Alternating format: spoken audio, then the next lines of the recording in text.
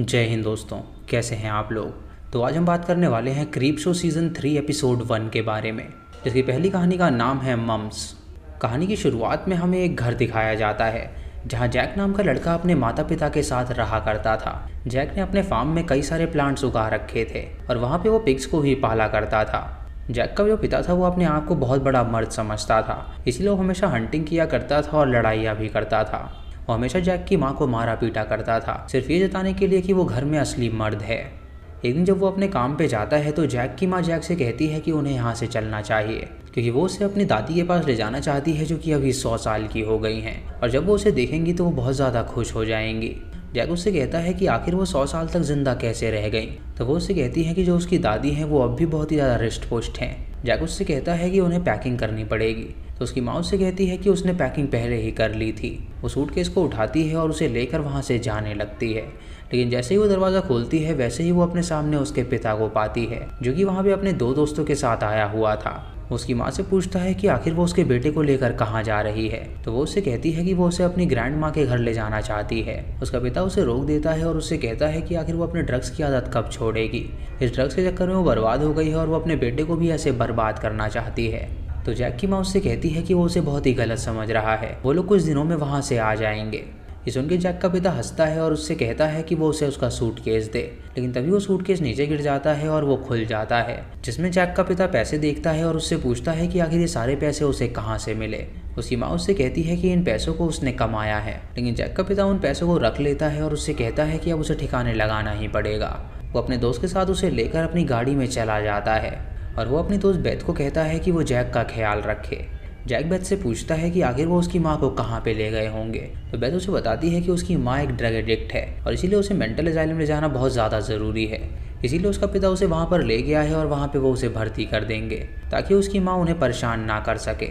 Jack को वहाँ पे कुछ ना कुछ गड़बड़ लग रही होती है, लेकिन वो बेथ को नहीं बताता और उसकी बात मान लेता है। इधर रात को हम जैक के पिता और उसके दोस्त को देखते हैं जिन्होंने उसकी माँ को जान से ही मार डाला था। वो सोचते हैं कि आखिर वो इसकी लाश के साथ क्या करेंगे। तो कॉनर अपने दोस्त से कहता है कि वो इसे अपने यार्ड में गाड़ देगा ताकि किसी को पता नहीं चल सके कि आखिर ये कहाँ पर चली गई। वो उसे ये भी बताता है कि ये लेडी उसे हमेशा टेररिस्ट बोला करती थी, तो वो एक नाजी है और वो एक अमेरिकन थी। उसका दोस्त उससे पूछता है कि आखिर वो जैक को इस बारे में बताएगा या नहीं। तो वो उससे कहता है कि जैक को अगर इस बारे में पता चला तो वो उसे कभी माफ़ नहीं करेगा, इसीलिए वो उससे झूठ बोल देगा कि उसकी माँ को उसने हॉस्पिटल भेज दिया है। इधर जैक बेथ के पास आता है और उससे पूछता है कि क्या उसके पिता वापस आ गए। तो बेथ उसे बताती है कि वो चिंता ना करे, वो बहुत जल्द वापस आ जाएंगे। वो उससे कहता है कि उसे अपनी माँ की बहुत ज़्यादा चिंता हो रही है। तो बेथ उससे कहती है कि वो उसकी चिंता हरगिज़ ना करे।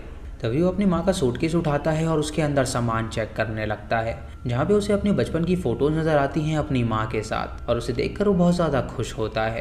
तभी उसे एक पाउच में कुछ सीड्स नज़र आते हैं, जिसे देखकर वो समझ जाता है कि ज़रूर उसकी माँ इन सीड्स को ग्रो करना चाहती होगी। तभी वो सीड्स नीचे गिर जाते हैं और जब वो उन सीड्स को उठाता है तो अचानक उसे अपनी माँ की आत्मा नज़र आती है, जिससे वो बहुत ज़्यादा डर जाता है और तभी उसकी आँखें खुल जाती हैं और हम देखते हैं कि वो एक भयानक सपना देख रहा था। बेथ उसकी आवाज़ सुन के वहाँ पर आती है और उससे पूछती है कि आखिर उसे क्या हुआ है।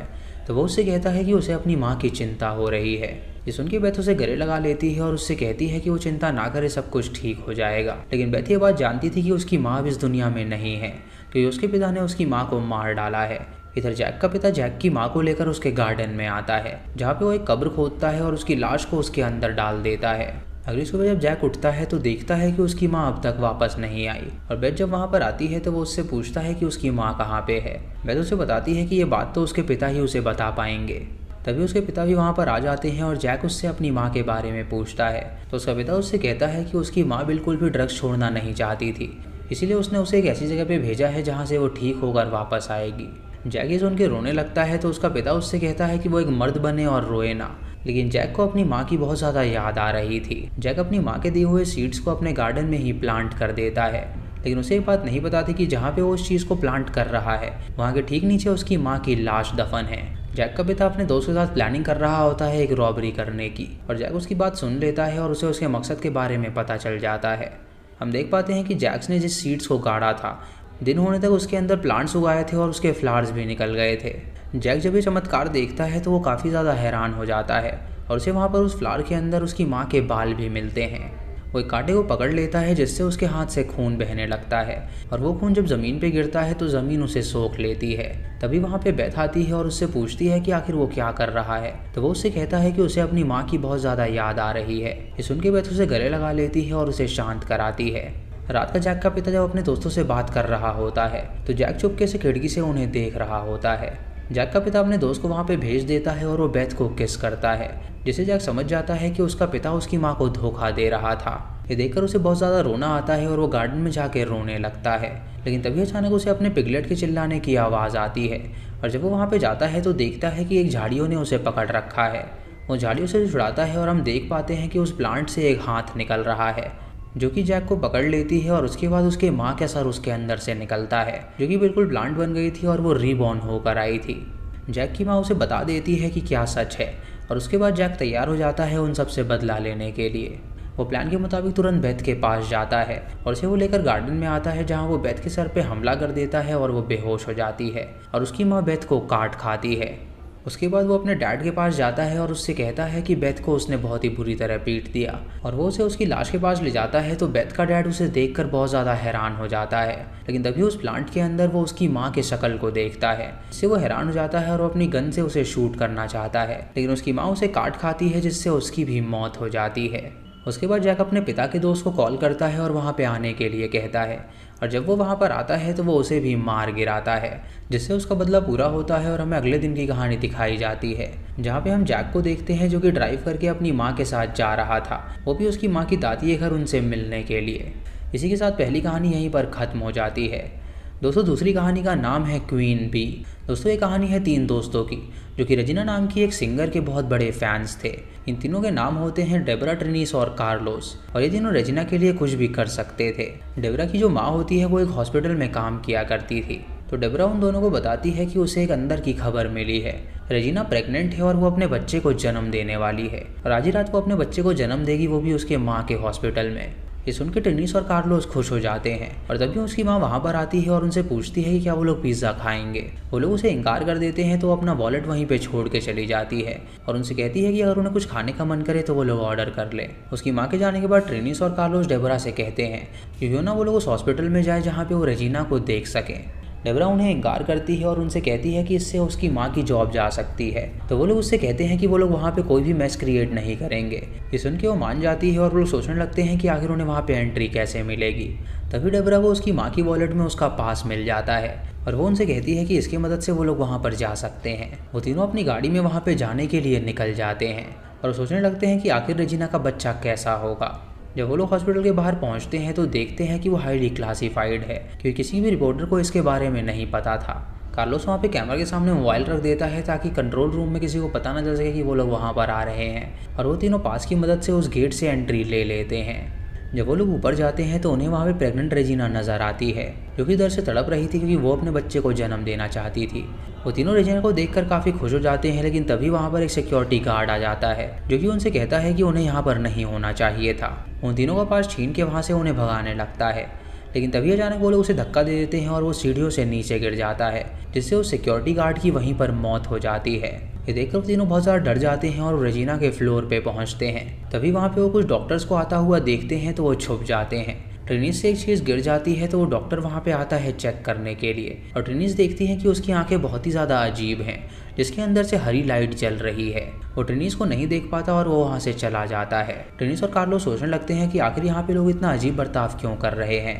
तभी उन्हें डेबरा बुलाती है और उनसे कहती है कि उन्हें उसका रूम मिल गया है जहाँ पे रेजिना अपने बच्चे को जन्म देने वाली है। उसकी डिलीवरी देखने के लिए वहाँ पे पहुँचते हैं और तभी वो देखते हैं कि वहाँ पे जो भी डॉक्टर हैं उन सबकी आंखों में हरी बत्ती जल रही है, मानो कि उन्हें कोई चीज़ कंट्रोल कर रही हो। वो सभी रेजिना को एक इंजेक्शन देते हैं जिससे उसका पेट फूलने लगता है और उसकी आँख के अंदर से कुछ निकलता है और उसका पेट फट जाता है, जिससे कि वो लोग देख पाते हैं कि रेजिना एक क्रीचर में तब्दील हो जाती है। ये देखकर वो हैरान हो जाते हैं और सोचते हैं कि आखिर ऐसा कैसे मुमकिन हो सकता है और उन्हें पता चलता है कि रेजिना इतनी सुंदर इसीलिए है क्योंकि वो एक डीमन है और उसने इंसान की चमड़ी पहनी हुई है। कार्लोस वहाँ पे उसकी फ़ोटो ले लेता है और उसकी फ्लैश लाइट से रेजिना उसकी तरफ देखती है और वो कांच को तोड़ देती है और वो एक अजीब सा धुन गुनगुनाती है जिससे कि कैबरा और कार्लोस की आंखें भी हरी हो जाती हैं। ट्रिनिस ये देखती है कि उस पर इस बात का असर नहीं हुआ है कि उसने अपने कान में ईयरफोन्स लगा रखे थे। तभी वो डेबरा के कानों में रुई लगा देती है और उसे बताती है कि वो उसे कंट्रोल करना चाहती है। वो कार्लोस का फ़ोन ले लेते हैं और देखते हैं कि कार्लोस वहाँ पे पहुँच गया है और रेजिना उसे जान से मार डालती है।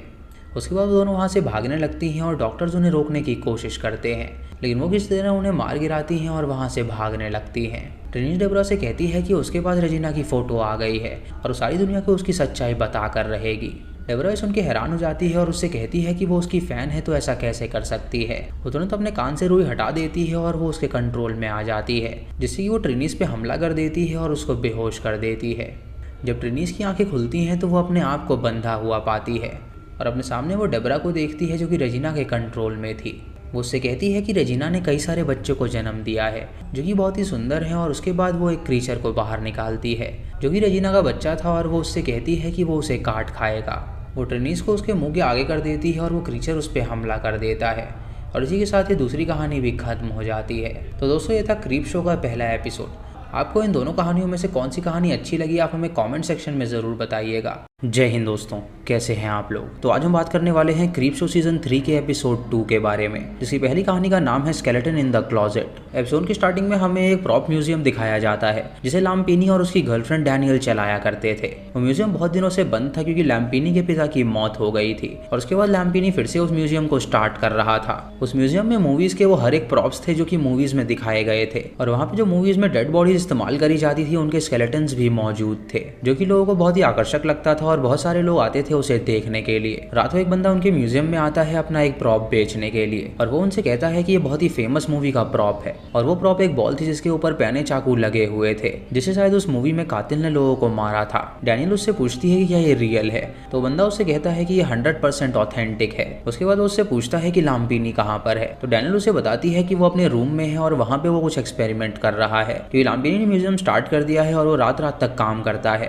उसके बाद वो बंदा वहाँ से चला जाता है और उस म्यूजियम में 2 लोग आते हैं जो कि उनके प्रॉप्स को टच करने लगते हैं। ये देखकर डैनियल उन्हें डांटती है और उनसे कहती है कि वो अलाउड नहीं है और उसके बाद वो उन दोनों को वहाँ से भगा देती है। तभी लैम्पिनी वहाँ पर आता है और उन दोनों को रोक देता है और उन्हें बताता है कि जिस लैम्प को वो छू रहे थे वो दरअसल एक ब्लैक मैजिक का लैम्प है जिसे फिल्म में इस्तेमाल किया गया है और ऐसा माना जाता है कि ये बिल्कुल सच्चा लैम्प है। उन्हें ये भी बताता है कि ये सारे प्रॉप्स अभी भी जिंदा हैं और मूवी में अक्सर वही प्रॉप्स इस्तेमाल किए जाते हैं जो कि हिस्ट्री से रिलेटेड हों। ऐसा माना जाता था कि इस लैम्प के अंदर अमृत उत्पन्न होता है और जो कोई भी उसे पीता है वो अमर हो जाता है। वो उन्हें ये भी बताता है कि उसके पास जो भी पीसेस मौजूद हैं वो कोई कंप्यूटर जनरेटेड नहीं है बल्कि वो बिल्कुल असली हैं और आर्टिस्ट ने उन्हें बनाया हुआ है। उन मॉडल्स के अंदर आत्मा भी है और दिल भी है क्योंकि उसमें किसी की मेहनत लगी है उन्हें बनाने में। उसके बाद वो उन्हें फ्रेडी के नाखून दिखाता है और उनसे कहता है कि ये बिल्कुल असली है और फिर वो उन्हें नॉर्मन बेट की माँ की स्केलेटन को दिखाता है और उन्हें बताता है कि साइको फिल्म में जो स्केलेटन इस्तेमाल किया गया था वो सच में किसी लेडी का था और उसके पिता ने साइको मूवी से वो खरीद लिया था और उन्होंने म्यूजियम में रख दिया था और तब से ही ये स्केलेटन यहाँ पर मौजूद है। वो दोनों उसकी बात सुन के हैरान हो जाते हैं और तुरंत वहाँ से चले जाते हैं। उसके बाद लैम्पिनी ऑनलाइन जाके ऑक्शन कर रहा होता है कोई प्रॉप खरीदने के लिए, लेकिन वो उस ऑक्शन को हार जाता है जिससे उसे बहुत ज्यादा गुस्सा आता है कि उससे ज्यादा पैसे लेकर किसी और बंदे ने उसे खरीद लिया था। डैनियल उससे पूछती है कि आखिर वो इतना गुस्सा क्यों कर रहा है, तो वो उसे बताता है कि वो ओमेन मूवी का डेविड वार्नर का जो कटा हुआ सर था वो हार गया है। ये देखकर डैनियल उससे कहती है कि वो चिंता ना करे और उसके बाद वो उसे किस कर देती है और फिर वो उससे कहती है कि उसका मूड ठीक करने के लिए उसके पास कुछ मौजूद है। कुछ देर बाद लैम्पिनी उसे बताता है कि उसकी माँ बहुत ज्यादा खूबसूरत हुआ करती थी और उसके पिता उसकी माँ को एक मास्टरपीस बुलाया करते थे। वो लोग हॉलीवुड के एक मैजिक कासल में काम किया करते थे और वहीं पे उन दोनों की मुलाकात हुई और उन दोनों ने शादी कर ली। जब उसकी माँ की मृत्यु हुई तो उसके पिता ने उसकी माँ को जिंदा करने का सोचा और तब से ही उसके पिता को जादू आ गया कि कैसे प्रॉप्स को जिंदा किया जा सकता है। इस म्यूजियम में जो कोई भी प्रॉप्स हैं वो सभी जिंदा हैं और जितने भी स्केलेटन उसे नजर आ रहे हैं वो सभी देख और सुन सकते हैं। अगले दिन उनकी शॉप में एक बूढ़ा आदमी आता है और डैनियल उससे कहती है कि अब वो शॉप को क्लोज करने वाले हैं क्योंकि कल उनका प्रीमियर है और उनके म्यूजियम में कुछ नए प्रॉप्स आने वाले हैं तो वो कल आके वहाँ पे एंजॉय कर सकता है। वो आदमी उससे कहता है कि वो यहाँ पे सिर्फ कुछ मिनट के लिए ही आया है और वो उसे फुल प्राइस भी देता है उस एग्जीबिशन को देखने के लिए। वो वहाँ पे ढेर सारे प्रॉप्स देखता है और वो देखकर बहुत ज्यादा खुश हो जाता है, लेकिन उसे वो चीज नहीं मिलती जो उसे चाहिए थी। डैनियल उससे पूछती है कि आखिर उसे क्या चाहिए, तो वो उससे कहता है कि उसके सारे प्रॉप्स नकली हैं क्योंकि टेक्सास चेनसॉ मैसेकर का जो एक्चुअल चेनसॉ है वो किसी और के पास है और उसके पास सिर्फ फर्स्ट कॉपी मौजूद है। ये सुनकर डैनियल बहुत ज्यादा हैरान हो जाती है। तभी वहाँ पे लैम्पिनी आ जाता है और उसे बताता है कि जो एक्चुअल चेनसॉ थी वो अब एग्जिस्ट करती ही नहीं है।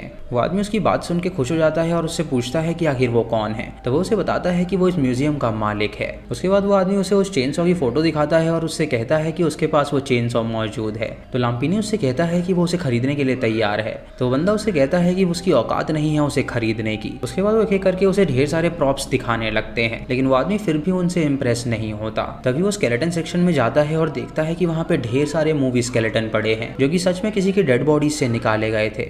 लैम्पिनी उससे पूछता है कि आखिर उसे चाहिए क्या। तो वो उससे कहता है कि वो कोई लालची इंसान नहीं है। वो बूढ़ा आदमी उससे कहता है कि उसे उसका एक स्केलेटन चाहिए। तो लैम्पिनी उससे कहता है कि ये प्रॉप्स उसकी फैमिली की तरह हैं और वो इनमें से किसी को भी बेचना नहीं चाहता। वो आदमी उससे कहता है कि दरअसल ये जो स्केलेटन यहाँ पे नजर आ रहा है वो उसके रिलेटिव का है और वो उसे प्रॉपर बरियल देना चाहता है ताकि उसकी आत्मा को शांति मिल सके। लेकिन मूवी वालों ने उसके स्केलेटन को निकाल लिया था और उसे यूज किया था और तब से वो उसे प्रॉपर बरियल नहीं दे पाया है। ये सुन के लैम्पिनी उससे कहता है कि वो उसे बिल्कुल नहीं बेच सकता, लेकिन वो आदमी उनसे जबरदस्ती करने लगता है, इसीलिए उन्हें गुस्सा आ जाता है और गुस्से में डैनियल उसको चाकू मार देती है जिससे उस आदमी की वहीं पे मृत्यु हो जाती है। ये देखकर लैम्पिनी उससे कहता है कि उन्हें पुलिस को कॉल करना चाहिए। तो डैनियल उससे कहती है कि अगर वो पुलिस को कॉल करेंगे तो वो पकड़े जाएंगे और कल जो उनका बड़ा सा एग्जीबिशन होने वाला है वो नहीं हो पाएगा। लैम्पिनी उससे कहता है कि अगर ऐसा है तो उसके पास एक और तरीका है बचने का। उसके पिता अक्सर डेड बॉडीज की स्केलेटन निकाल लिया करते थे और उसे प्रॉप्स बना दिया करते थे और वो वही काम आज भी करेगा। उस आदमी की लाश को बेसमेंट में ले जाता है और वहाँ पे उसकी चमड़ी पील करता है और कुछ देर बाद वो उसे स्केलेटन में तब्दील कर देता है।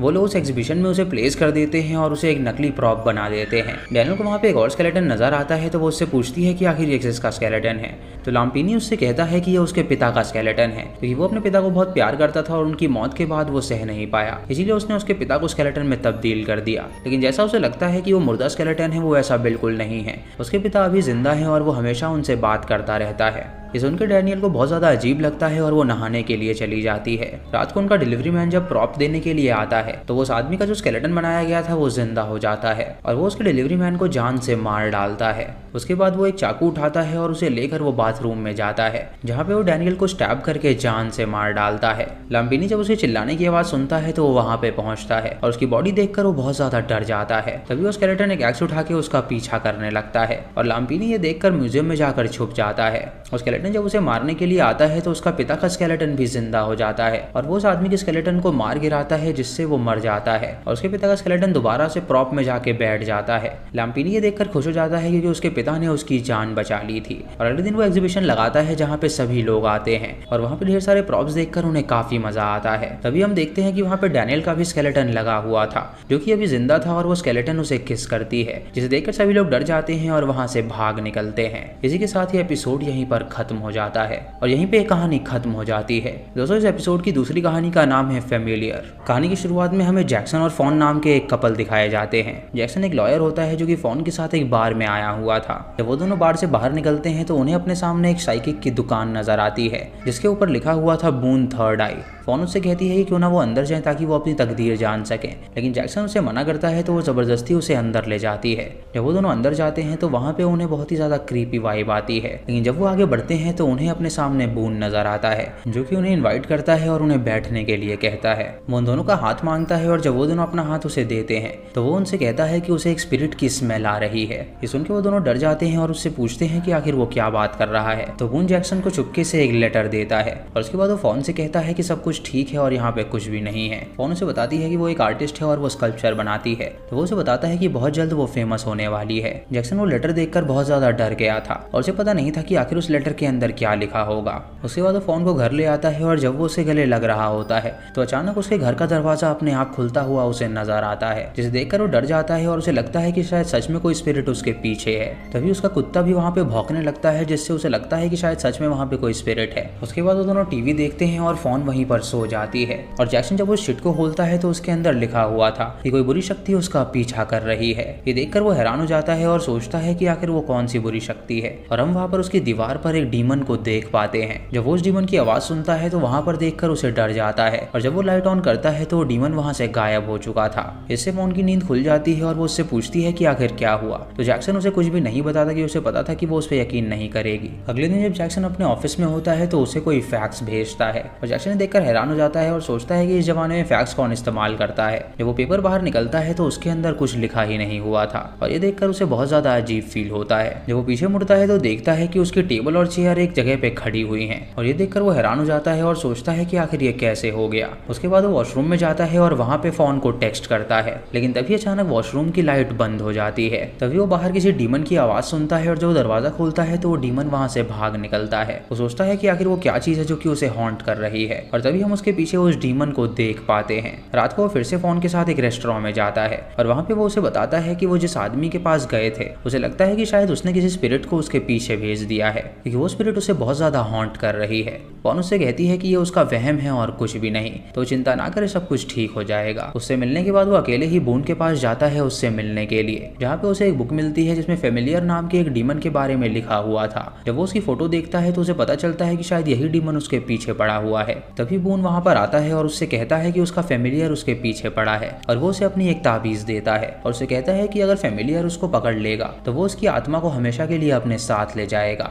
इसीलिए उस फेमिलियर को उन्हें बंदी बनाना होगा। वो उसे एक बॉक्स देता है ताकि वो उस फेमिलियर को उसमें कैद कर सके और अपनी ताबीज से उससे कहता है कि वो उस बॉक्स के नीचे उस ताबीज को रख दे और जब फेमिलियर वहां पर आएगा तो वो बंद हो जाएगा, लेकिन चाहे कुछ भी हो जाए वो उस बॉक्स को हरगिज ना खोले। जैक्सन उसकी बात मान लेता है और अपने घर के ऊपर वो उस बॉक्स को प्लेस कर देता है और ठीक उसके नीचे उस ताबीज को रख देता है। वो उस फेमिलियर के आने का इंतजार करने लगता है और तभी वो बक्सा नीचे गिर जाता है और उसे लगता है कि शायद वो फेमिलियर अब बंदी बन चुका है। तभी उसके अंदर से उसे अपने कुत्ते के चिल्लाने की आवाज आती है जिससे उसे लगता है कि शायद उसका डॉग उसमें ट्रैप हो गया है। तभी वो उस बॉक्स को उठाता है लेकिन वो फेमिलियर उसके सामने आके उसे डरा देता है और वो उस बॉक्स से बाहर निकल जाता है, यानी कि उस फेमिलियर ने उस कुत्ते की आवाज निकाली वहां से बाहर निकलने के लिए। अगली रात को फिर से वो ट्राई करता है, लेकिन जब वो फेमिलियर इस बार ट्रैप होता है तो वो फोन की आवाज निकालने लगता है ताकि वो उसको खोल सके। जैक्सन उस बॉक्स को नहीं खोलता और उसे पानी में ले जाके डुबा देता है। जब वापस अपने घर आता है तो वो देखता है कि वो फेमिलियर उसके सामने मौजूद है और उसके पास उसकी गर्लफ्रेंड है जो कि पानी में डूब के मर गई थी, यानी कि उस बॉक्स के अंदर फेमिलियर नहीं बल्कि सच में उसकी गर्लफ्रेंड थी। वो फेमिलियर उसको पोजेस कर लेता है और उस पर हमला करवा देता है जिससे जैक्सन बहुत ज्यादा डर जाता है और ये एपिसोड यहीं पर खत्म हो जाता है। तो दोस्तों ये थी सेकंड एपिसोड की दोनों कहानियां। आपको इन दोनों कहानियों में से कौन सी कहानी अच्छी लगी आप हमें कमेंट सेक्शन में जरूर बताइए। जय हिंद दोस्तों, कैसे हैं आप लोग। तो आज हम बात करने वाले हैं क्रीपशो सीजन 3 एपिसोड 3 के बारे में, जिसकी पहली कहानी का नाम है द लास्ट सुबुराया। एपिसोड की स्टार्टिंग में हमें माई नाम की एक डॉक्टर दिखाई जाती है जो कि बॉबी नाम के बंदे को सुबुराया के बारे में बता रही थी।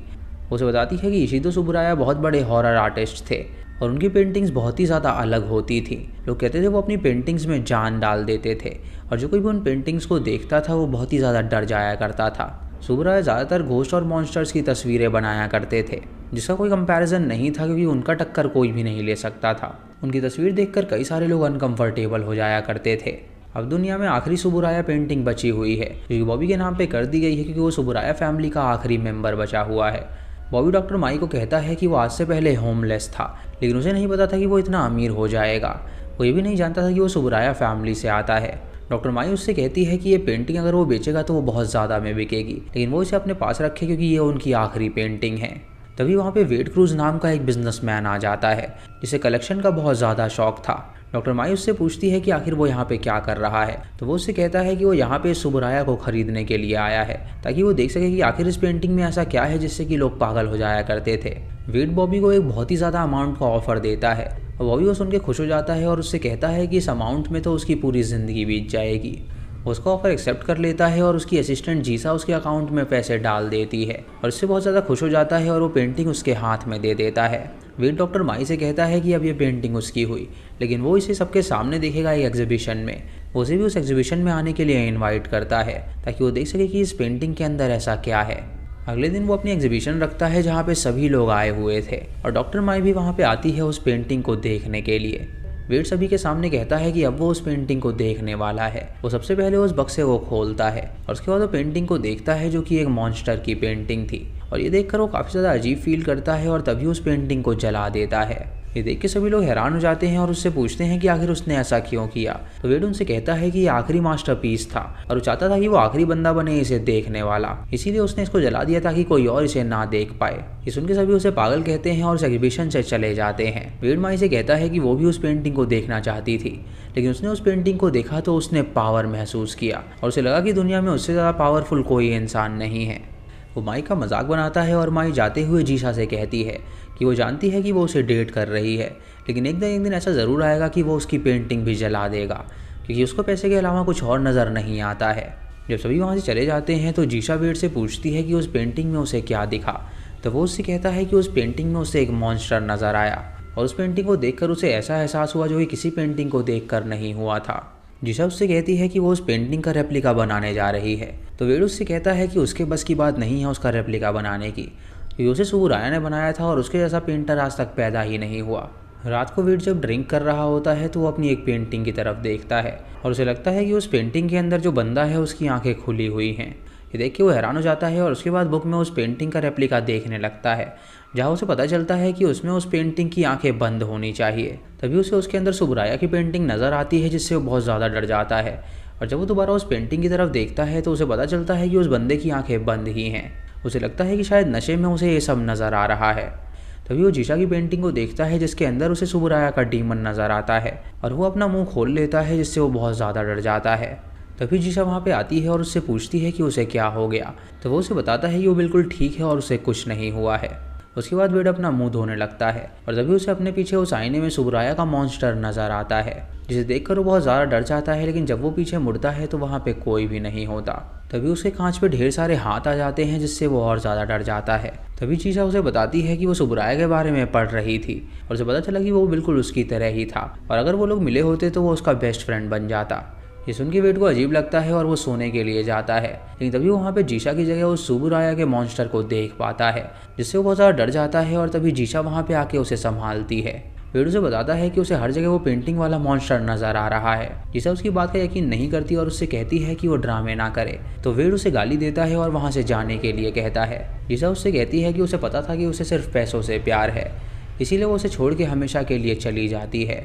जब वेड अपना मैस साफ़ कर रहा होता है तो वो अपने सामने उसी मॉन्स्टर को देखता है, जो कि उसे डराने लगता है, जिससे वो बहुत ज़्यादा डर जाता है। वो भाग के अपने क्लोजेट में जाके छुप जाता है और वो मॉन्स्टर वहाँ पे आता है और उसे ढूंढने लगता है। जब मॉन्स्टर उसे देख लेता है तो वो वहाँ से भाग निकलता है और वो उसी ऑफिस में जाता है जहाँ से उसने उस सुबुराया को ख़रीदा था। वो उस बंदे को कहता है कि उसने उसे ठगा है। उसे पता था कि वो सुबुराया लाइफ में आ जाएगा और उसे जान से मारने की कोशिश करेगा, लेकिन वो बंदा उससे कहता है कि उसे इस बारे में कुछ भी नहीं पता। तभी वो बंदा उसे धक्का दे देता है और अपने सिक्योरिटी को बुलाने के लिए जाता है, लेकिन तभी वेड अपने पीछे उस मॉन्स्टर को देखता है जो कि दीवार पे लटका हुआ था। वो मॉन्स्टर उस पर हमला कर देता है और उन दोनों की लड़ाई होने लगती है।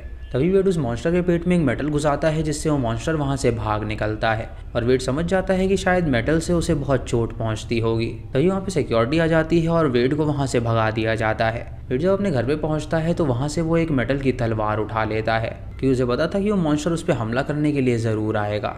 तभी वो मॉन्स्टर वहाँ पे आ जाता है और उससे लड़ने लगता है और वेड उसे मारने की कोशिश करता है और वो एक भाले को उसके पेट में घुसा देता है, जिससे कि वो मॉन्स्टर मारा जाता है। और वेड देखता है कि वो मॉन्स्टर सुबुराया में बदल चुका है।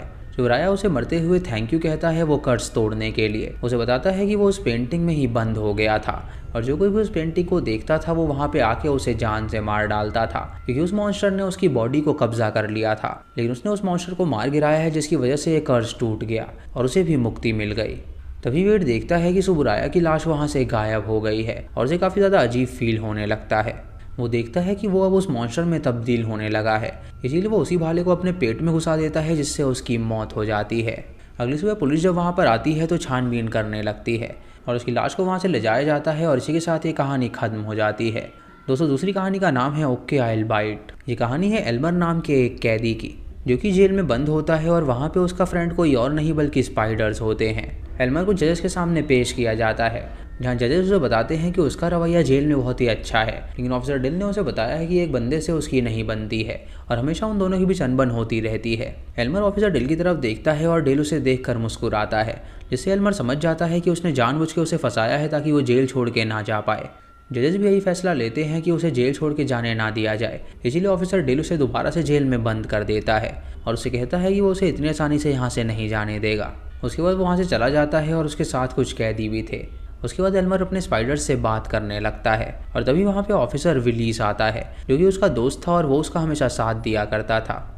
विलीस उससे कहता है कि उसे दुख हुआ कि वो यहाँ से बाहर नहीं निकल पाया, तो एल्मर उससे कहता है कि कोई बात नहीं, वो अपने स्पाइडर्स के साथ यहाँ पे खुश है। उसे बताता है कि स्पाइडर्स हर साल करीब 800 टन प्रे खाते हैं और वो हर जगह सर्वाइव करने में सबसे ज़्यादा काबिल होते हैं। स्पाइडर का दिमाग भी बहुत ज़्यादा तेज़ चलता है, जिसकी वजह से उन्हें अपने प्रे को पकड़ने में काफ़ी ज़्यादा आसानी भी होती है। एल्मर उसे अपने सारे स्पाइडर्स से मिलवाता है और उसे बताता है कि उनके क्या नाम है और उनकी क्या खासियत है।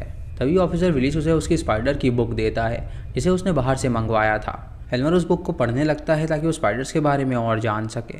एल्मर का वहाँ पे एक और स्पाइडर दोस्त होता है जो कि हमेशा अंधेरे में ही रहता है और वो काफ़ी बड़ा स्पाइडर था। वो उस बुक में पढ़ने लगता है कि आखिर कौन सा स्पाइडर है जो कि इतना विशाल है, और उसे पता चलता है कि उसका नाम साकमेट है और वो कोई आम स्पाइडर नहीं है बल्कि वो मिस्ट्रेस ऑफ ड्रेड है जिसको कोई भी एस्केप नहीं कर सकता। फिर हमें पास में दिखाया जाता है कि आखिर उसे जेल क्यों हुई थी। दरअसल एल्मर की माँ को कैंसर था और वो दर्द से बहुत ज़्यादा पीड़ित थी, इसीलिए एल्मर ने उसे जान से मार डाला था क्योंकि वो उसे और भी दर्द में नहीं देखना चाहता था। इधर प्रेजेंट में एल्मर के पास कुछ कैदी आ जाते हैं जो कि उससे लड़ने लगते हैं। एल्मर उसे रोकने की कोशिश करता है लेकिन एक स्पाइडर उसकी आंख में ही काट लेता है जिससे वो कैदी दर्द से तड़पने लगता है। तभी वहाँ पे वो इंस्पेक्टर आ जाता है जो कि एल्मर को सबक सिखाने आया था, लेकिन ऑफिसर विलिस भी वहाँ पर होता है जो कि उससे कहता है कि वो एल्मर को हाथ ना लगाए। एल्मर ये बात जानता था कि वो लोग ज़रूर आएंगे उसे मारने के लिए, इसीलिए वो अपने रूम में ही सैटानिक साइन बनाता है और उसके ऊपर लेट जाता है और कुछ मंत्र पढ़ने लगता है। वो सैकमेट को अपने पास बुलाता है ताकि वो उसकी बॉडी को ले सके, और तभी सैकमेट बाहर आती है और हम देख पाते हैं कि वो बहुत बड़ी स्पाइडर है। वो उसे काट खाती है और उसके बाद उसकी बॉडी को अपनाने लगती है। रात को ऑफिसर जब वहाँ पर आता है तो उसे कहीं पर भी एल्मर नहीं मिलता, लेकिन जब वो ऊपर देखता है तो उसे एल्मर नज़र आता है जो कि उस स्पाइडर की बॉडी में पूरी तरह समा चुका था। तभी एल्मर उस पर अटैक कर देता है जिससे उसकी मौत हो जाती है। अगली सुबह जब विलिस और सभी लोग वहाँ पर आते हैं तो देखते हैं कि वहाँ से एल्मर गायब हो चुका है और वहाँ पे उसने सैटानिक रिचुअल किया था जिससे कि वो स्पाइडर की बॉडी में तब्दील हो गया है और उसने उस ऑफिसर को भी जान से मार डाला है। विलिस दीवार में एक छेद देखता है जिससे वो समझ जाता है कि एल्मर वहाँ से भाग निकला है, और इसी के साथ ये एपिसोड यहीं पर ख़त्म हो जाता है। तो दोस्तों ये थी इस एपिसोड की दोनों कहानियाँ। आपको कौन सी कहानी बढ़िया लगी आप हमें कमेंट सेक्शन में ज़रूर बताइएगा। जय हिंद दोस्तों, कैसे हैं आप लोग। तो आज हम बात करने वाले हैं क्रीपशो सीज़न 3 एपिसोड 4 के बारे में, जिसकी पहली कहानी का नाम है स्ट्रेंजर थिंग्स। कहानी की शुरुआत में हमें एक बुक स्टोर दिखाया जाता है जहाँ पे हम बैरी और सारा नाम के दो स्ट्रेंजर्स को देखते हैं। सारा ने कई सारी बुक्स खरीदी होती है और उसके हाथ में कॉफ़ी भी होती है, जिसकी वजह से वो गेट नहीं खोल पा रही थी। इसीलिए बैरी उसकी हेल्प करता है और उससे बातें करने लगता है। बैरी उसे बताता है कि उसका हाल ही में डाइवोर्स हुआ है और उसकी बीवी का कहना है कि उसने उसके लिए कुछ किया ही नहीं है। सारा ये सुन के मुस्कुराने लगती है और बैरी को लगता है कि शायद उसे उसकी बातों में इंटरेस्ट नहीं है। तभी वो उसकी बुक्स ले लेता है उसका भार कम करने के लिए। सारा उससे कहती है कि वो कुछ ही ब्लॉक्स दूर रहती है, लेकिन वो उसे कष्ट नहीं देना चाहती वहाँ तक आने के लिए। लेकिन बैरी उससे कहता है कि इसमें कोई भी कष्ट की बात नहीं है। सारा उससे पूछती है कि आखिर उसे उसमें क्या पसंद है, तो वो उससे कहता है कि वो कई दिनों से देख रहा है कि वो यहाँ से बुक्स ले जाती है और सबसे पहले उसने उसकी स्माइल नोटिस करी थी जो कि बहुत ही ज़्यादा खूबसूरत है। बैरी उसे बताता है कि वो पेशे से एक डॉक्टर है और तभी अचानक उसका घर आ जाता है। सारा उससे कहती है कि वो वैसे तो स्ट्रेंजर्स को अंदर इनवाइट नहीं करती है, लेकिन उससे मिलकर उसे अच्छा लगा तो अगर वो चाहे तो वो अंदर आ सकता है। उसके बैग में एक वाइन है और वो दोनों साथ में मिलकर उसे पी सकते हैं। ये सुन के बैरी को काफ़ी ज़्यादा ऑकवर्ड लगता है और वो उसे इनकार कर देता है। सारा जब अंदर जाती है तो वो खिड़की के सामने खड़ी होकर गाने लगती है और उसकी आवाज़ सुन के बैरी हिप्नोटाइज सा हो जाता है और हम उसकी आंखों को देख पाते हैं जो कि पूरी तरह सफ़ेद हो गई थी। जब सारा गाना बंद करती है तो बैरी उससे कहता है कि उसकी आवाज़ बहुत ही सुंदर है और इसलिए वो राज़ी हो जाता है अंदर आने के लिए। सारा उसे सोफा पे बैठाती है और उसे वाइन सर्व करती है, लेकिन तभी वो वाइन उसे कपड़ों पे गिर जाती है तो वो उसे चेंज करने के लिए जाती है। बैरी भी वॉशरूम की तरफ जाता है उस वाइन को साफ़ करने के लिए, लेकिन उस बाथरूम में उसे कुछ कपड़े नज़र आते हैं जो कि खून से लथपथ थे। ये देखकर वो हैरान हो जाता है और सोचता है कि आखिर ये सब क्या चीज़ है। तभी उसे बाथ टब में एक हाथ नज़र आता है और जब वो पर्दा हटाता है तो उसे वहाँ पे एक लड़की की लाश मिलती है जिसे किसी ने बुरी तरह खा रखा था। ये देखकर वो बहुत ज़्यादा डर जाता है और उसे पता चलता है कि शायद सारा एक कातिल है। वो तुरंत वॉशरूम के बाहर जाता है और तभी सारा अपनी दोस्त को लेकर वहाँ पर आ जाती है और वो उसे बताती है कि इसका नाम मिरांडा है। बैरी उनसे कहता है कि उसे नहीं पता था कि वो दोनों कातिल हैं और वो तुरंत पुलिस को कॉल करके उनकी सारी करतूत बताएगा। वो जब पुलिस को कॉल कर रहा होता है तो मिरांडा गाना गाने लगती है और तभी वो हिप्नोटाइज हो जाता है और फ़ोन को काट देता है। बैरी उनसे पूछता है कि आखिर ये सब क्या हो रहा है, तो मिरांडा उसे बताती है कि वो जो गाना गा रही थी वो सारा नहीं बल्कि वही गा रही थी और वो अपनी वॉइस से उसे किसी भी तरह कंट्रोल कर सकती है। बैरी उससे पूछता है कि क्या वो एक कैनिबल है, तो वो उससे कहती है कि वो एक कैनिबल नहीं बल्कि एक सायरन है। ये सुन के बैरी हैरान हो जाता है और उससे कहता है कि सायरन सच में होती ही नहीं है। तो सारा उससे कहती है कि ज़्यादातर लोगों का मानना है कि ये सिर्फ एक मिथ है, लेकिन जब वो मिरांडा से मिली तो उसे उसकी कहानी पता चली। दरअसल मिरांडा एक सायरन है जो कि पिछले 500 सालों से जिंदा है और वो पहले पानी में रहती थी और उसने कई सारे शिकार किए हैं, लेकिन अब वो धरती पे आई है अपना एक मकसद पूरा करने के लिए। बैरी उन दोनों से पूछता है कि आखिर वो उससे क्या चाहती हैं, तो सारा उससे कहती है कि वो चाहती है कि वो मिरांडा का वॉइस बॉक्स उसके अंदर लगा दे और उसका वॉइस बॉक्स मिरांडा के गले में लगा दे। बैरी सुन के हैरान हो जाता है और उससे कहता है कि ये ऑपरेशन बहुत ही इम्पॉसिबल है, लेकिन वो दोनों उससे कहती हैं कि अगर वो ये नहीं करेगा तो वो उसे जान से मार डालेंगी। बैरी उनसे कहता है कि वो एक डेंटिस्ट है, ना कि कोई सर्जन, लेकिन वो लोग उसकी बात नहीं मानती और उससे कहती हैं कि उसे ही ये ऑपरेशन करना पड़ेगा। इससे बैरी को गुस्सा आ जाता है और वो उठ के वहाँ से जाने लगता है और तभी मिरांडा गाना गाने लगती है, जिससे बैरी एक चाकू उठा के अपनी आँख में भोंकने वाला होता है। तभी वो गाना बंद कर देती है और बैरी वो चाकू देखकर हैरान हो जाता है और मिरांडा उससे कहती है कि उसे यहाँ से बाहर वो जाने ही नहीं देगी। ये सुन के बैरी राज़ी हो जाता है उनका ऑपरेशन करने के लिए। बैरी एक सर्जरी नाइफ को गर्म करने लगता है उनका गला काटने के लिए और जब वो मिरांडा पे हमला करता है तो मिरांडा अपनी असली रूप में आ जाती है, जिसके बड़े बड़े पंख निकल आते हैं और उसके बड़े बड़े नाखून भी आ जाते हैं। वो गाना गाने लगती है जिससे वो हिप्नोटाइज हो जाता है और वो उससे कहती है कि अगर वो ये ऑपरेशन नहीं करेगा तो वो उसका पूरा मांस खा जाएगी। बैरी ये देखकर बहुत डर जाता है और वो ऑपरेशन करने के लिए तैयार हो जाता है। वो मिरांडा को बेहोश कर देता है और सारा उसके सामने ही होती है। वो उसे गले से वॉइस बॉक्स निकालता है और उसके बाद वो मिरांडा के अंदर उस वॉइस बॉक्स को डाल देता है और जब उन दोनों की आंखें खुलती हैं तो वो देखती हैं कि उनकी आवाज़ें बदल चुकी हैं। सारा जब गाना गाती है तो दोबारा से बैरी हिप्नोटाइज हो जाता है और सारा ये देखकर बहुत ज़्यादा खुश हो जाती है क्योंकि अब वो कितने भी मेंस का शिकार कर सकती थी। मिरांडा जब अपनी नॉर्मल वॉइस सुनती है तो उसे काफ़ी ज़्यादा अच्छा लगता है क्योंकि 500 साल बाद अब वो नॉर्मल हो चुकी थी। वो बैरी का शुक्रिया अदा करती है उसे नॉर्मल करने के लिए और उसके बाद वो सारा से कहती है कि उसे हमेशा उसका पहला शिकार याद रहेगा। सारा गाना गाते हुए बैरी को बेडरूम में ले जाती है और वहाँ पे उसको काटने वाली होती है, लेकिन तभी मिरांडा वहाँ पर आकर उसे स्टैब कर देती है, जिससे सारा की वहीं पर मौत हो जाती है।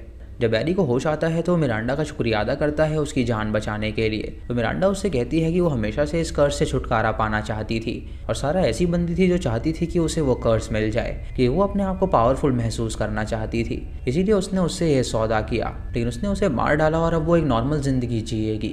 वो बैरी से पूछती है कि वो 500 साल की है और क्या वो उसे डेट करना चाहेगा। तो बैरी मुस्कुराने लगता है और वो दोनों साथ चले जाते हैं और इसी के साथ ये कहानी यहीं पर ख़त्म होती है। दोस्तों, दूसरी कहानी का नाम है मीटर रीडर। इस कहानी में हमें पोस्ट एपोकैलिप्टिक समय दिखाया जाता है, जहाँ पे हम एक बाइक पे डॉल्टन नाम के एक बंदे को देखते हैं जो कि दूर जा रहा होता है किसी की मदद करने के लिए। उसी शहर में हम मीटर रीडर्स नाम के एक डिपार्टमेंट की व्हीकल को देखते हैं, जिसमें से एक आदमी निकलता है और सबको अनाउंस करता है कि वो कटे हुए सर ला के उन्हें दे दें। वो जब डस्टबिन उठाता है तो उसके अंदर ढेर सारे कटे हुए सर होते हैं, जिन्हें वो जला देता है और उसके बाद वो लोग आगे बढ़ जाते हैं। वो डॉल्टन से पूछता है कि आखिर वो कहाँ पे जा रहा है। डॉल्टन उससे कहता है कि किसी को उसकी ज़रूरत है। फिर हमें एक नरेशन के जरिए बताया जाता है कि गॉड ने लोगों की पुकार सुनना बंद कर दिया था, इसलिए डेविल धरती पे आ गया और उसने कई सारे लोगों को पोजेस करना स्टार्ट कर दिया, जिसकी वजह से इंसान ही इंसान को मारने लगे थे। और इसीलिए मीटर रीडर्स नाम का एक डिपार्टमेंट बनाया गया था, जो कि प्रीस्ट द्वारा बनाया गया था ताकि वो इंसान को बचा सके। वो लोग वहाँ पे पहुँच जाया करते थे जहाँ पे भी उन्हें एक्सॉर्सिज्म करना होता था, और उनके हाथ में एक डिवाइस होता था जो कि मदद करता था उनके पोजेशन को हटाने के लिए। दोस्तों, डॉल्टन भी एक फादर था जो कि किसी के घर जा रहा था एक्सॉर्सिज्म करने के लिए, क्योंकि अगर पोजेस बंदा किसी इंसान को काट लेता था तो वो भी पोजेस हो जाता था, इसीलिए उसे मिटाना बहुत ही ज़रूरी होता था। डॉल्टन एक औरत के घर पे पहुंचता है जहाँ पे वो औरत उसको इनवाइट करती है और वो उससे कहती है कि उसकी बेटी पोजेस्ड है और उसने बेडरूम में उसके हाथ और पैर बांध रखे हैं। जब डॉल्टन वहाँ पे जाता है तो वो उससे पूछता है कि वो उसे अपना नाम बताए, तो लड़की उसे अपना नाम बताती है। तभी डॉल्टन उसे उस यंत्र से चेक करने लगता है, लेकिन उसे एहसास होता है कि उसके अंदर तो कोई डीमन है ही नहीं। तभी अचानक वो पीछे मुड़ के देखता है और डीमन उसकी माँ के अंदर होता है, जो कि उस पर अटैक कर देती है और ये सीन यहीं पर कट हो जाता है।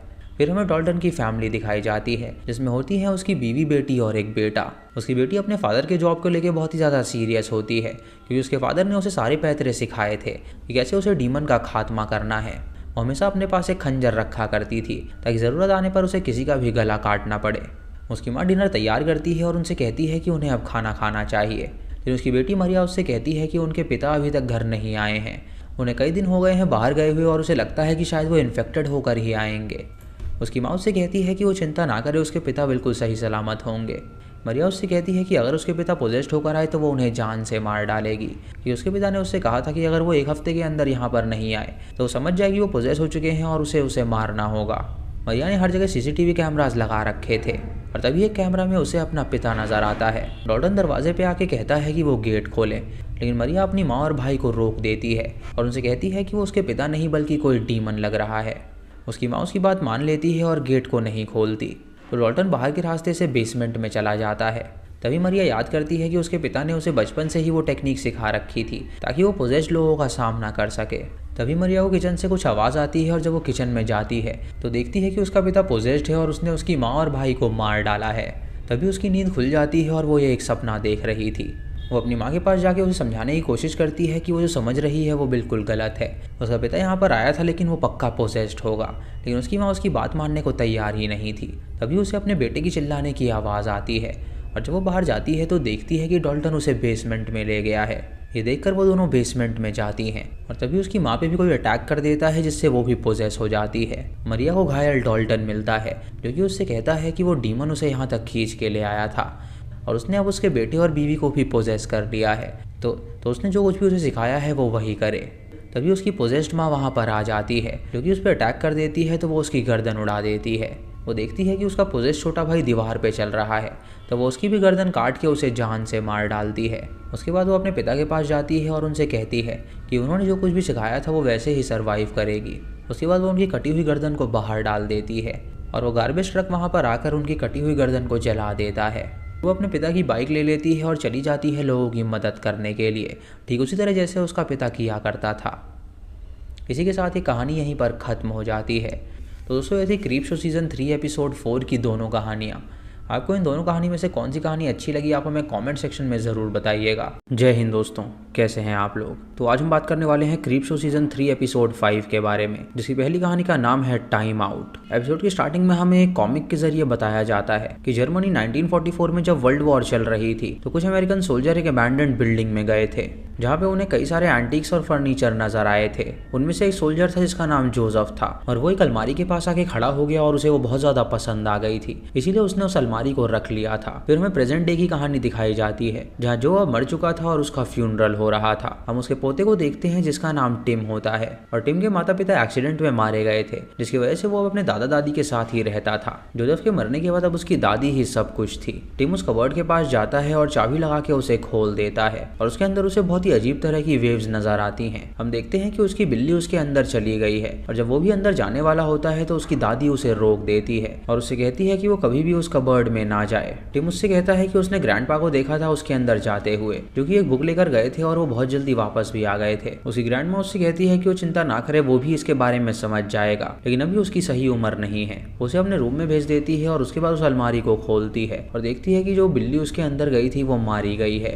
यानी कि दोस्तों उस अलमारी में जरूर कोई ना कोई राज था। उसके बाद हमें 10 साल बाद की कहानी दिखाई जाती है जहाँ हम देखते हैं कि टिम अब बड़ा हो गया था और उसका एक बेस्ट फ्रेंड सॉल था और वो दोनों कॉलेज साथ में ही जाया करते थे। टिम अपने कॉलेज की लॉरेन नाम की एक लड़की को पसंद किया करता था और सॉल उससे कहता है कि वो उस लड़की को जानता है और जल्दी वो उसे यहाँ पर लेकर आएगा और उससे इंट्रोड्यूस करवाएगा। दोपहर में जब टिम अपने रूम में होता है तो उसकी ग्रैंड माँ उसे कुछ भेजती है और टिम जब उस चीज को देखता है तो उसे पता चलता है कि वो वही अलमारी है। उस अलमारी को अंदर रखवा देता है और उसके बाद अपनी दादी के भेजे हुए लेटर को पढ़ने लगता है, लेकिन तभी अचानक सॉल वहाँ पर आ जाता है उन दोनों लड़कियों को लेकर, जिससे वो लेटर को नहीं पढ़ पाता और उसे अपने पास ही रख लेता है। सॉल उसे लॉरेंस से इंट्रोड्यूस करवाता है और उन दोनों की अच्छी दोस्ती होने लगती है और शाम को दोनों पार्टी में भी जाते हैं जहाँ पे वो खूब एंजॉय करते हैं। अगली सुबह टिम जब उठता है तो लॉरेन उसे याद दिलाती है कि आज उसका एग्जाम है, जिसे सुनकर टिम हैरान हो जाता है और उसके बाद वो तैयार होने लगता है। तभी उसे अपनी दादी का लेटर नजर आता है और जब वो उसे पढ़ता है तो उसकी दादी ने उसमें लिखा हुआ था कि अगर उसके पास टाइम ना हो तो वो उस क्लोजेट में जाए, लेकिन वो इस बात का ध्यान रखे कि वो चाबी लेकर उस क्लोजेट में जरूर जाए, बिना चाबी के वो अपने आप को चोट पहुंचा सकता है। ये पढ़ के उसे जिज्ञासा होने लगती है कि आखिर उस अलमारी में ऐसा क्या है, इसीलिए वो चाबी को लेता है और उसे खोल के उसके अंदर चला जाता है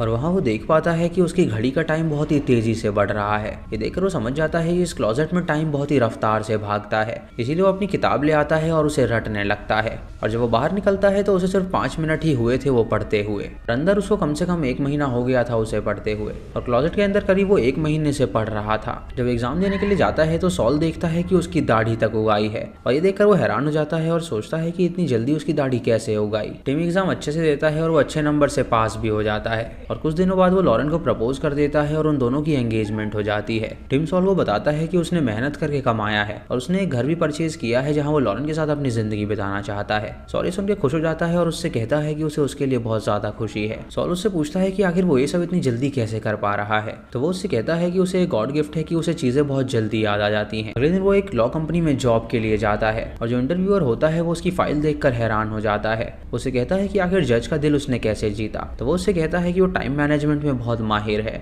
इसीलिए वो कुछ कामों को आसानी से कर सकता है जिससे लोग इंप्रेस हो जाते हैं। जो सुन के वो बंदा उसे काम पर रख लेता है और टिम उससे कहता है कि एक ना एक दिन ऐसा जरूर आएगा कि जब वो खुद उसे अप्रिशिएट करेगा। टिम वहाँ पर जॉब करने लगता है और ऑफिस से जो भी उसे काम मिला होता है वो रात को उस अलमारी में जाता है और वहाँ पे जल्दी से वो काम खत्म करके आ जाता है, जिसकी वजह से उसका बॉस इंप्रेस हो जाता है और वो सच में उसकी तारीफ करता है और एक दिन उसका प्रमोशन कर दिया जाता है, जिससे सभी लोग हैरान हो जाते हैं क्योंकि उसको ऑफिस में आए हुए कुछ ही दिन हुए थे और उसके काम को देखते हुए इतनी जल्दी उसे प्रमोशन भी मिल गया था। टिम जब वॉशरूम में जाता है तो वो अपने बाल को संवारने लगता है, लेकिन तभी वो देखता है कि उसके कुछ बाल सफेद हो गए हैं और वो झड़ भी रहे हैं। ये देखकर वो हैरान हो जाता है और वो समझ जाता है कि जो भी टाइम वो उस क्लोजेट में बिताता है उसकी एज इतनी ही ज्यादा बूढ़ी होती जाएगी कि वहाँ पे समय बहुत ही रफ्तार से भागता है, जिससे वो जल्दी बूढ़ा भी हो सकता है। कुछ महीनों में उसका एक बेटा भी हो जाता है और हम देख पाते हैं कि वो अपना काम वैसे ही करता है, लेकिन उसकी वजह से उसकी हालत बहुत ही खराब होने लगी थी क्योंकि वो अपने बुढ़ापे के बहुत ही नजदीक आ गया था और लॉरेन देखकर हैरान थी कि आखिर वो इतनी जल्दी बूढ़ा कैसे हो सकता है। जब वो अपने बेटे के साथ खेलता था तो अचानक से वो गिर जाता था क्योंकि उसके शरीर में बहुत ही ज्यादा कमजोरी आने लगी थी।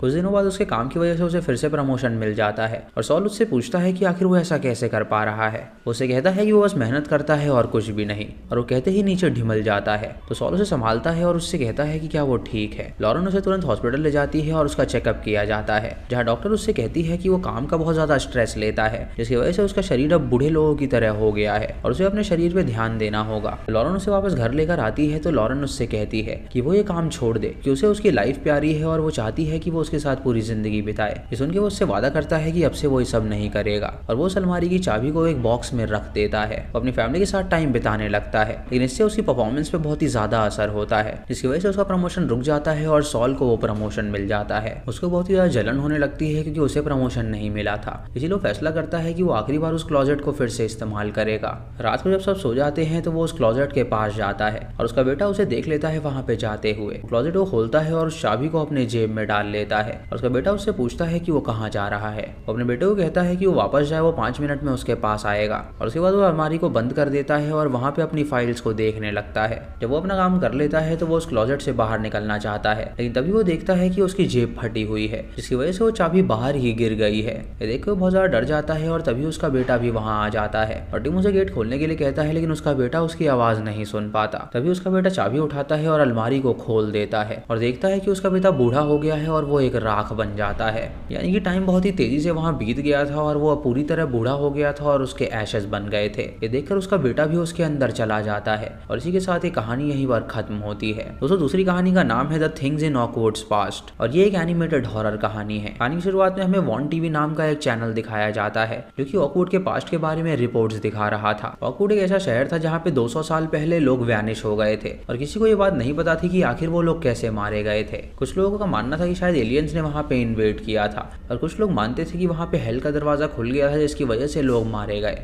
लोगों ने वहाँ पे थ्योरीज बना ली थी कि यहाँ पे ये हुआ होगा और वहाँ का जो मेयर था वो चाहता था एक सच्ची कहानी बताना ताकि लोगों को पता चल सके कि आखिर वहाँ पे क्या हुआ है। उसकी बेटी मार्नी एक रिसर्चर थी और उसने अपनी बेटी को काम पे लगा रखा था ताकि वो पता कर सके कि आखिर ओकवुड में हुआ क्या था। उसकी बेटी ने दिन रात एक करके वहाँ के पास्ट के बारे में पढ़ा था और उसी पर नजर रखने के लिए उसने अपने एक रिपोर्टर को भी वहाँ पे भेजा था ताकि वो उसका इंटरव्यू ले सके और जान सके कि आखिर वो कहाँ तक पहुंची है। मार्नी उसे बताती है कि उसे इलाई रेस्टर नाम के एक बंदे की जनरल मिली थी जो कि उसी समय से था और उसने कई सारी बातें लिखी थी, जिसकी मदद से उसने जमीन के अंदर एक गड्ढा खोदा था जिसमें एक बॉक्स मिला था जो कि बहुत ही ज्यादा पुराना था और उसका मानना था कि उसके अंदर कोई ना कोई सीक्रेट मौजूद है जिसे अगर वो खोलेंगे तो उन्हें पता चलेगा कि वो टाउन वैनिश कैसे हो गया। मार्नी उस रिपोर्टर को लेके उस बॉक्स के पास जाती है और देखती है कि उसके ऊपर जो चित्रकारी बनी है शायद वो कुछ दर्शाता है, लेकिन वो डर भी रही थी कि अगर वो कहीं ना कहीं उस बॉक्स को खोलेगी तो कहीं वो ब्लास्ट ना हो जाए जिससे इस टाउन के लोगों को बहुत ही नुकसान हो। तभी उसे याद आता है कि वो म्यूजियम से एक टुकड़ा लेकर आई थी और वो उस टुकड़े को लेकर उस बॉक्स में जोड़ देती है, जैसे उसे पता चल जाता है कि ये टुकड़ा उसी बॉक्स का था।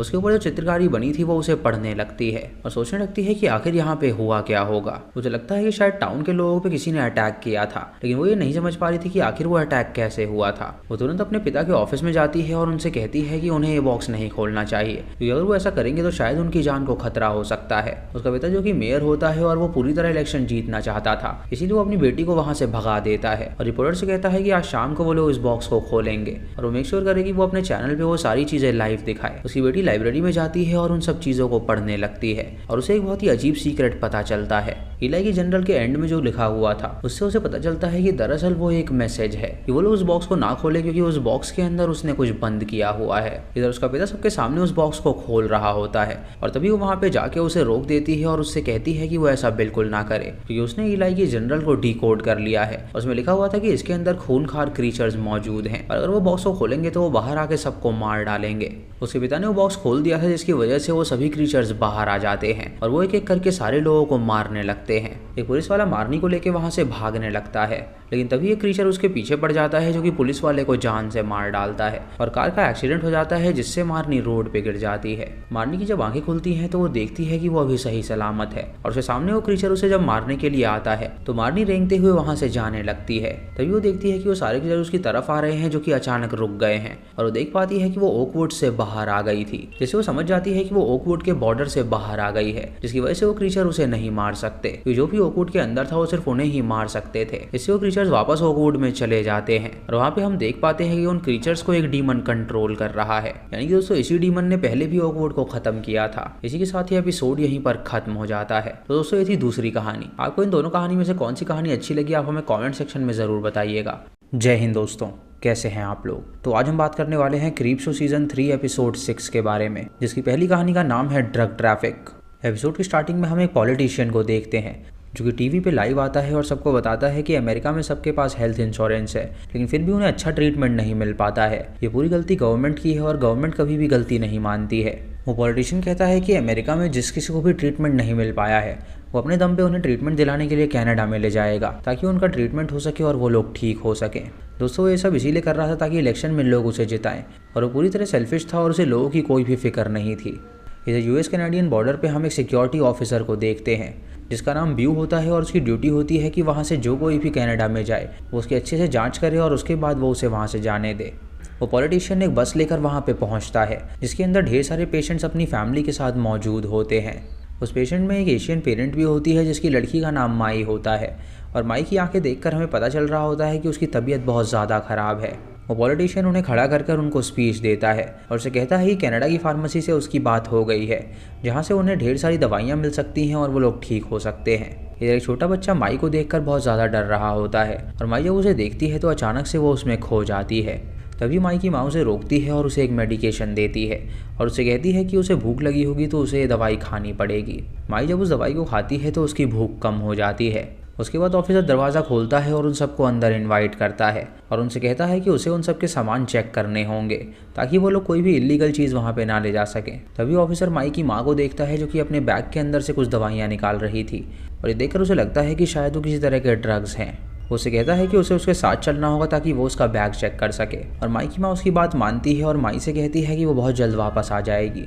तभी माई अचानक उल्टी कर देती है और उसकी उल्टी में ढेर सारी पिल्स निकलती हैं और ये देखकर ऑफिसर हैरान हो जाता है और उसे लगता है कि उसकी माँ ज़बरदस्ती उसे खिला रही है। वो उसकी माँ के बैग को जब चेक करता है तो उसके अंदर ढेर सारी दवाइयाँ थी और वो उससे कहता है कि ये दवाइयाँ यहाँ पे इलीगल हैं, कोई भी डॉक्टर इन दवाइयों को प्रिस्क्राइब नहीं करता है और न जाने वो अपनी बेटी को ये क्यों खिला रही है। उसके बाद वो उसे इंटरोगेशन रूम में ले जाता है और सबको वेटिंग रूम में रुकने के लिए कहता है। माई जब वेटिंग रूम में आती है तो उसके पेट में बहुत ज़्यादा गुड़गुड़ होने लगती है, मानो कि उसे बहुत ज़्यादा भूख लगी हो। माई के सामने पॉलिटिशियन की बीवी खड़ी होती है और माई उसे देखकर उसे कच्चा ही खाने वाली होती है, लेकिन जैसे ही वो आगे बढ़ती है वैसे ही वो पॉलिटिशियन उसे रोक देता है और उससे कहता है कि वो उसकी बीवी से दूर रहे। ये सुन के माई को बहुत बुरा लगता है और वो वहाँ से चली जाती है। वो किचन में जाती है जहाँ पे उसे एक मशीन नज़र आती है और वो उसके अंदर सिक्के डालती है ताकि उसके अंदर से कुछ चॉकलेट बाहर आ सके, लेकिन वो मशीन काम नहीं कर रही होती जिसकी वजह से उसकी भूख बढ़ती ही चली जाती है। माई को इतनी ज़्यादा भूख लगी होती है कि वो ज़मीन पर ही लेट जाती है। इधर ऑफिसर माई की माँ को इंटरोगेशन रूम में ले जाके उससे पूछताछ करता है और उससे पूछता है कि आखिर वो ये सब अपनी बेटी को क्यों देती है। वो लेडी उसे बताती है कि उसकी बेटी को एक बहुत ही अजीब बीमारी है और अगर वो उसके पास अभी नहीं गई तो बहुत ज़्यादा बुरा हो सकता है, लेकिन ऑफिसर उससे कहता है कि इतनी आसानी से वो उसे यहाँ से जाने नहीं दे सकता। तभी पॉलिटिशियन वहाँ पे कैमरा लेकर पहुँच जाता है और उनकी सारी कॉन्वर्जेशंस को रिकॉर्ड करने लगता है। इधर छोटा बच्चा जब वेटिंग रूम में होता है तो अचानक कोई उसे डिमोनिक आवाज़ में पुकारता है। जब वो छोटा बच्चा उस आवाज़ के पीछे जाता है तो उसे माई की लाश मिलती है। ये देखकर वो हैरान हो जाता है और तभी हम माई के सर को देख पाते हैं जो कि उसके शरीर से अलग हो चुका था और वो हवा में लेविटेट कर रहा था। माई जब बाहर आती है तो हम देखते हैं कि दरअसल वो एक क्रीचर है जिसका सिर्फ सर है और उसके कुछ टेंटिकल्स भी हैं और वो हवा में उड़ सकती है और उसे भूख लगी क्योंकि उसे इंसान का मांस खाना था। वो बच्चा उसे देखकर बहुत डर जाता है और वहाँ से भागने की कोशिश करता है, लेकिन तभी माई उस पर अटैक कर देती है और उसको काट खाती है। उस पॉलिटिशियन के बॉडीगार्ड को जब उसकी परछाई नज़र आती है तो वो बहुत ज़्यादा डर जाता है और जब वो वहाँ पे जाता है उसे देखने के लिए तो वो उसे भी काट खाती है। इधर पॉलिटिशियन उस ऑफिसर को रोक रहा होता है कि वो उसके सिटीजन के साथ ऐसी बदतमीजी नहीं कर सकता। तो ऑफिसर उससे कहता है कि वो इतनी सारी दवाइयाँ लेकर यहाँ से नहीं जा सकती क्योंकि अगर उसने उसे यहाँ से जाने दिया तो उसकी नौकरी पर बात आ जाएगी, क्योंकि अगर उसने उसे यहाँ से जाने दिया तो उसकी नौकरी खतरे में आ सकती है। उसके बाद माई वेटिंग रूम में चली जाती है और एक एक करके सबको मार डालती है। इधर माई की माँ वहाँ से बाहर निकलना चाहती थी, लेकिन जब वो दरवाज़ा खोलने की कोशिश करती है तो उसे पता चलता है कि दरवाज़ा बंद है। तभी ऑफिसर अंदर आता है और उसको हथकड़ी लगा देता है और माई की माँ उससे कहती है कि वो उसे जाने दे वरना यहाँ पे सब मारे जाएंगे और उसकी दोषी उसकी बेटी होगी। माई की माँ उसकी बात नहीं मानती और उससे कहती है कि वो उसकी हथकड़ी खोल दे और जब ऑफिसर उसकी बात नहीं मानता तो वो उसकी गन ले लेती है, जिससे ऑफिसर बहुत डर जाता है और वहाँ से भाग निकलता है। जब पॉलिटिशियन और ऑफिसर वेटिंग रूम में पहुंचते हैं तो वहाँ पे उन्हें खून से लथपथ लाशें मिलती हैं, जिसे देखकर वो बहुत डर जाते हैं और सोचते हैं कि ये काम किसने किया होगा। तभी एक चेयर के पीछे से माई निकलती है और उसका कटा हुआ सर देखकर वो बहुत ज़्यादा डर जाते हैं। उसे शूट करने लगते हैं तो माई वहाँ से भाग निकलती है और गोली जब उसके कटे हुए शरीर पर लगती है तो माई चिल्लाने लगती है, जिससे वो लोग समझ जाते हैं कि अगर वो शरीर को मारेंगे तो उसे दर्द होगा। ऑफिसर उसकी माँ के पास जाता है और उससे पूछता है कि उसकी बेटी क्या है, तो वो उसे बताती है कि उसकी बेटी एकदम नॉर्मल है। वो उसे शूट करने लगती है जिससे उस कमरे का कांच टूट जाता है और ऑफिसर को लगता है कि यहाँ पे दाल नहीं गलने वाली, तो वो वहाँ से चला जाता है। वो पॉलिटिशियन और ऑफिसर उसकी कटी हुई बॉडी को एक्स से बुरी तरह पीटने लगते हैं, जिससे उसको बहुत ज़्यादा दर्द होने लगता है और माई गिर जाती है। माई अपनी माँ के पास आ गई थी और उसकी माँ उसे मरने नहीं देना चाहती थी, इसीलिए वो लटकते हुए कांच के सामने अपनी गर्दन रख देती है, जिससे उसकी गर्दन कट जाती है और उसकी मौत हो जाती है। और हम देखते हैं कि माई की माँ ने उसके लिए सेक्रीफाइस किया था। तभी माई उठती है और उसकी गर्दन में अपना सर लगा देती है, जिससे हम देख पाते हैं कि माई के पास पावर्स थी कि वो किसी के भी शरीर में जा सकती थी। वो अपनी माँ का शरीर लेके वहाँ से बाहर निकल जाती है और बस के अंदर जाके वो कनाडा जाने लगती है और इसी के साथ ही कहानी यहीं पर ख़त्म होती है। दोस्तों, दूसरी कहानी का नाम है अ डेड गर्ल नेम्ड सू।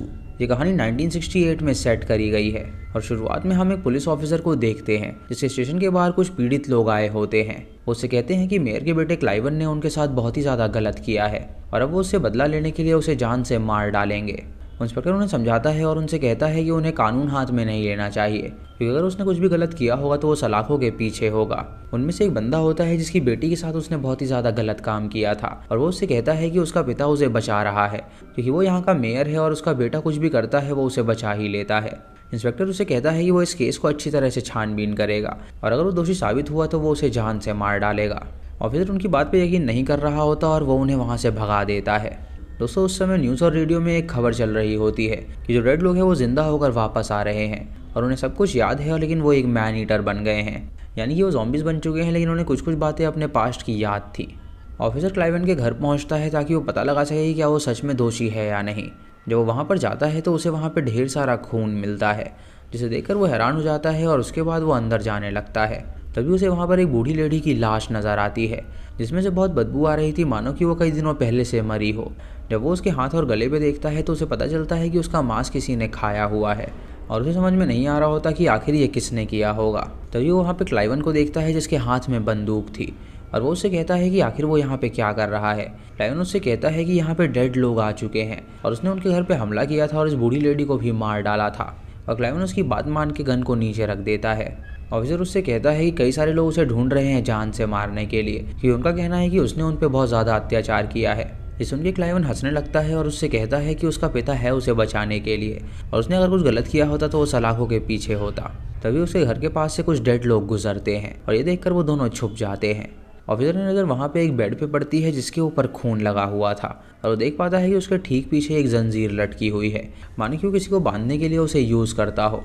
वहाँ पे उसे एक छोटी लड़की का हेयर बैंड भी नज़र आता है, जिससे वो समझ जाता है कि ज़रूर क्लाइवन ने उस लड़की के साथ गलत किया होगा। ये देखकर उसे गुस्सा आ जाता है और वो क्लाइवन को तुरंत गिरफ्तार कर लेता है। वो उसे अपनी गाड़ी में बैठाता है और उसे कहता है कि उसे भरोसा नहीं हो रहा कि उसने ये सब किया है।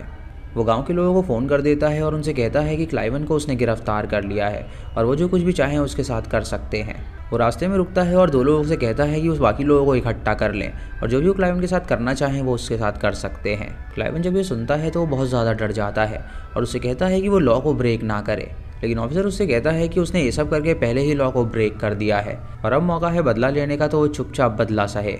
उसे लॉकअप में डाल देता है और कुछ देर बाद सारे गांव के लोग वहां पर आ जाते हैं और क्लाइवन उन्हें देखकर कहता है कि आखिर वो लोग उससे क्या चाहते हैं। ऑफिसर कहता है कि अगर वो कन्फेस करना चाहता है तो वो सारी बात बता दे कि आखिर उसने उन लोगों के साथ क्या क्या कर रखा है। क्लाइवन कुछ भी नहीं बताता तो वो बोरी में बंद करके एक छोटी लड़की की डेड बॉडी को लाते हैं जो कि अब जिंदा हो चुकी थी और वो लोग क्लाइवन के पास उसे छोड़ देते हैं जिसका क्लाइवन ने शोषण किया था और अब वो बदला लेने आई थी। हम उसे सर पे वो हेयर बैंड भी देख पाते हैं और अब वो ज़ॉम्बी बन चुकी थी। क्लाइवन उसे देखकर बहुत ज़्यादा डर जाता है और वो छोटी लड़की उस पर अटैक कर देती है जिससे उसकी मौत हो जाती है और उसका बदला पूरा होता है। इसी के साथ ये कहानी यहीं पर ख़त्म हो जाती है।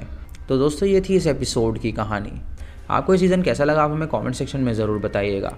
चैनल पे नए हैं तो इसे सब्सक्राइब करें और बेल आइकॉन दबाएं नोटिफिकेशंस के लिए। और दोस्तों वीडियो को लाइक और शेयर करना बिल्कुल मत भूलिएगा। तो मैं मिलता हूँ आपको अगली वीडियो में, तब तक के लिए जय हिंद।